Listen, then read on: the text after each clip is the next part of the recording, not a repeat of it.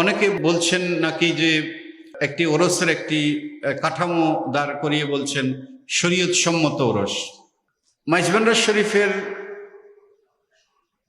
ওরস মোবারকে যে মৌলিক কাঠামোটি আছে এগুলো তো পুরোপুরি শরীয়ত সম্মত।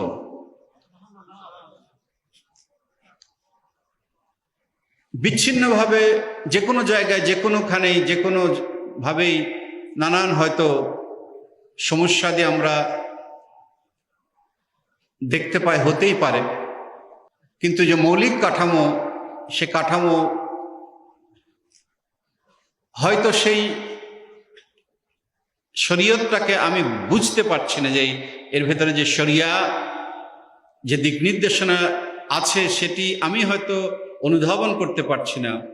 কিন্তু আমরা যদি আউলিয়া কেরামের যে দৃষ্টিভঙ্গি থেকে আমরা বোঝার চেষ্টা করি, তাহলে তাসাউফের দৃষ্টিভঙ্গি থেকে বোঝার চেষ্টা করি, তাহলে আমরা দেখতে পাই যে গৌসুল আজম মাইজভান্ডারী দরবারের যে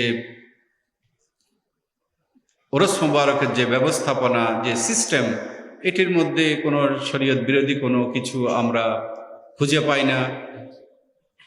কারো কাছে যদি নির্দোষ গান বাজনাকে আপত্তিকর মনে হয়, তার কাছে সেটি শরীয়তসম্মত মনে নাও হতে পারে, এটি ওনার একটি অবস্থান, সেটিকে আমরা সম্মান করি।